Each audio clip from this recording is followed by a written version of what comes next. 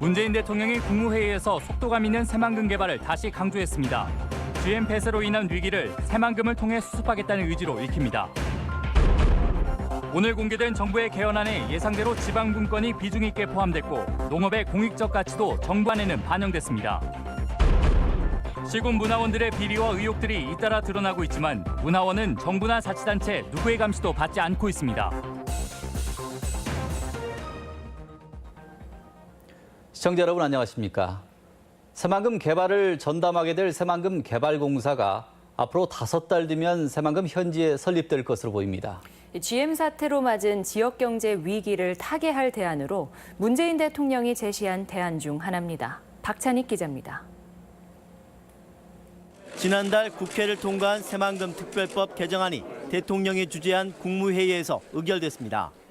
개정안이 공포되면 새만금 내부 매립과 개발을 실행할 새만금 개발공사가 오는 8월 설립됩니다.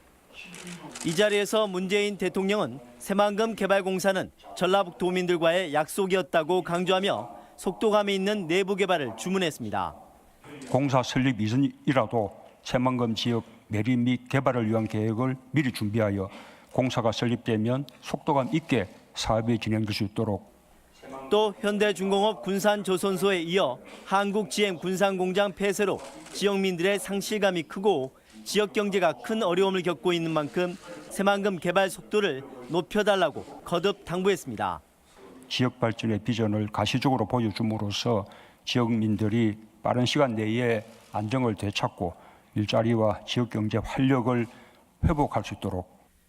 전라북도는 새만금 개발공사 설립을 기점으로 새만금이 침체된 지역 경제를 살리는 단비가 되길 기대했습니다. 도로, 철도, 항만 등 연차별 계획대로 추진하고 있는 이런 사업들을 보다 더 앞당겨서 추진을 함으로써 지금 침체된 전북 경제가 보다 더 활성화될 수 있도록. 현재 새만금 내부 매립률은 36%, 동서도로의 공정률도 47%에 그치고 있습니다.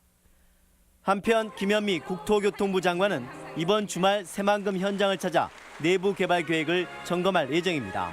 MBC 뉴스 박찬익입니다. 오늘 발표된 국민헌법 자문특별위원회의 개헌 자문안에 대한 관심도 높습니다. 예상대로 지방 분권에 대한 확고한 정신이 포함됐고 농업의 공익적인 가치도 언급됐지만 아쉽게 동학농민혁명과 관련된 내용은 배제됐습니다. 유령 기자가 보도합니다. 국민헌법 자문특별위원회가 대통령에게 보고한 개헌 자문안. 중앙 집권 체제를 분권적으로 재편하는 자치분권 강화 원칙이 큰 축을 이룹니다. 지방정부가 실질적인 자치기관 역할을 할 수 있도록 중앙정부가 독점하던 입법권과 재정권, 조직권을 나눠 갖도록 했습니다. 그동안 지방정부는 정부의 각종 법령과 예산 통제, 예비 타당성 조사, 인력 제한 등으로 아무것도 할 수 없다는 목소리가 높았습니다. 제2국무회의 성격의 회의체가 가동되고 지역 균형 발전과 연계된 지방자치권한의 확대 필요성도 자문안에 포함됐습니다. 지방의 대폭 이양이 돼야만 지방이 균형 발전할 수 있고 또 지방이 가지고 있는 잠재력을 토대로 한 특성화된 그런 지방을 발전시켜 갈 수 있지 않나. 전라북도가 꾸준히 제기한 농업의 공익적 가치도 자문안에 포함된 것으로 알려졌습니다. 당초 농업에 관한 언급은 없었지만 전라북도와 삼남농정위원회의 건의로 개헌 자문안에 반영된 것으로 풀이됩니다. 한편 광주 민주화 운동처럼 정읍고창 주민들이 그동안 동학농민혁명도 헌법 전문에 명시하자는 주장을 펼쳤지만 받아들여지지 않아 아쉬움을 남겼습니다. 동학농민혁명은 대한민국 건국 이전의 사건이어서 헌법에 포함되기는 쉽지 않았던 것으로 전해졌습니다. MBC 뉴스 유룡입니다. 전라북도의회 양용우 의원은 도정질의를 통해 꾸준히 제기된 GM 철수설에도 불구하고 송화진 지사는 공장 폐쇄가 결정된 뒤에야 뒷북 대응에 나섰다고 지적했습니다. 양 의원은 또 군산조선소 가동 중단 때에도 같은 일이 반복됐다며 전라북도의 위기 대응 능력에 의구심을 나타냈습니다. 완주 문화원을 비롯해 시군 문화원들의 각종 의혹들이 연이어 드러나고 있습니다. 하지만 예산을 지원해주는 자치단체들은 문화원을 관리 감독할 근거가 없다며 뒷짐만 지고 있습니다. 이경희 기자가 보도합니다. 지난해 전주문화원과 완주문화원, 임실문화원에서 발간된 책들입니다. 10권의 책이 모두 같은 출판사에서 출간됐습니다. 2천만 원 이하는 수의계약을 할 수 있다는 국가계약법에 따라 문화원 사업은 대부분 수의계약으로 진행됩니다. 그렇다 보니 출판사 한 곳이 문화원 출간을 수년째 도맡아 하고 있습니다. 출판사가 좀 크잖아요. 그 책을 그래도 이렇게 좀 잘 만들고 이제 그동안 계속 그쪽으로 하고 거래를 했죠. 하지만 완주문화원에서 사업을 담당한 직원은 오랜 세월 출판사와 유착과 이명 거래가 있었다고 의혹을 제기합니다. 출판사를 연계해서 매수를 출판 발간 매수를 변경하는 겁니다. 자금화시켜서 하는 그런 병폐들이 만연화돼 있고요. 특히 완주문화원은 각종 발간 사업을 하면서 예산을 집행한 뒤 직원의 개인 통장으로 현금을 되돌려받는 식으로 공금을 횡령한 사실도 드러났습니다. 운영비로 그것도 여비 가는 것도 보태주고 식비가 없습니다. 솔직히 저희가 직원들 수준급지가 별로 안 돼 있어서. 그런데 시군문화원은 각종 비리와 제멋대로 운영이 드러나도 제재할 방법이 없습니다. 자치단체에서 인건비와 운영비, 사업비 등을 지원받지만 사단법인 형태로 설립된 문화원을 직접 감시할 권한이 없습니다. 문제화되지 않은 상태에서 그 전에 감사를 나가는 경우는 권한이 없거든요. 지방문화원에 뭔가를 자료제출을 요구를 한다든가. 세금으로 보조는 받지만 관리의 사각지대에 놓인 지방문화원. 드러난 비리에 대한 시급한 경찰 수사와 함께 예산 지원에 대한 관리 감독 대책도 필요해 보입니다. MBC 뉴스 이경입니다. 전주 종합경기장 개발 문제를 시민 배심원단에 맡기자는 의견이 제시됐습니다. 도의회는 신고리 원전 사업 재개 여부가 시민참여단의 수기로 결정된 것처럼 전주 종합경기장 개발 문제 역시 시민 배심원단에 위임하자고 제안했습니다. 이에 대해 도는 전주시가 약속한 경기장 부지 양여 조건이 선행돼야 한다고 답변했습니다. 지난해 전주 한옥마을의 관광객 수가 사상 최고치를 기록했습니다. 전주시가 지난해 한옥마을에서 사용된 이동통신 기록과 카드 이용 데이터 등 공공분야 빅데이터를 분석한 결과 하루 평균 3만여 명, 연간 1,098만 5천여 명의 관광객이 다녀간 것으로 집계됐습니다. 이는 1년 전보다 47만여 명이 늘어난 수치며 2년 연속 1,000만 명을 넘어섰습니다. 성매매의 무방비인 모바일 채팅 앱이 범죄에 악용되고 있습니다. 모바일 채팅으로 만난 여성이 건넨 수면제 음료수를 먹고 돈을 빼앗긴 남성들이 적지 않습니다. 한범수 기자입니다. 누구나 쉽게 다운받을 수 있는 채팅 앱입니다. 27살 남성으로 가정해 채팅방에 들어가 봤습니다. 1분도 안 돼 이성에게 대화 요청이 들어오고 한 이용자는 만나자고 제안해 옵니다.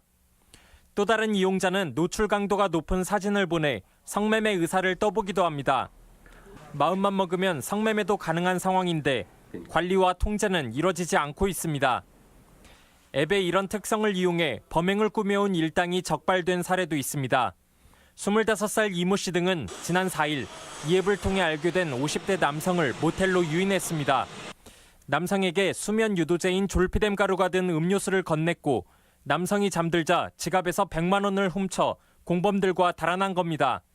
이들은 대전과 경북 안동에서도 성매매를 하려는 남성들을 모텔로 유인해 똑같은 수법으로 현금 500만 원가량을 더 훔쳤습니다. 이들은 성매매 알선이 빈번한 모바일 채팅 앱을 통해 범행 대상을 물색했는데 기록이 전혀 남지 않는 앱의 특성을 악용해 추적을 피해왔습니다. 성매매남이 특징이 신고를 할 수 없다는 약점을 알고 잠을 재워서 그들이 소지한 금품까지 모두 가져간 것입니다. 경찰은 피의자 25살 이모 씨 등 4명을 특수강도 혐의로 구속하고 피해자가 더 있을 것으로 보고 여죄를 추궁하고 있습니다. MBC 뉴스 한범수입니다. 경유차에 환경개선 부담금이 부과됩니다. 전라북도는 올해 1분기 환경개선 부담금 부과 대상 경유차는 22만 2천 대로 88억 9천만 원을 부과할 예정입니다. 다만 국가유공자와 중증 장애인이 보유한 차량이나 저공해 차량인 유로5, 유로6 경유차는 부담금이 면제됩니다.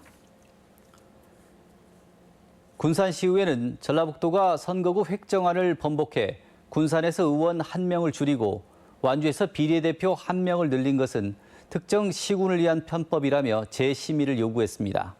도는 농촌 지역구의 반발이 잇따르자 의원 정수 획정 기준을 인구 비중 30%에서 20%로 낮춰 논란을 빚고 있습니다.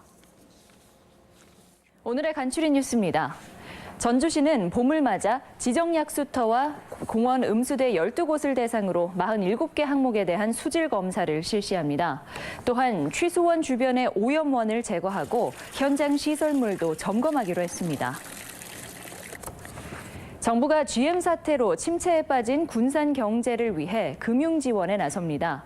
금융위원회는 오늘 관계기관 회의를 열어 군산 지역 협력업체와 소상공인에 대한 보증과 대출 만기를 연장하기로 했습니다.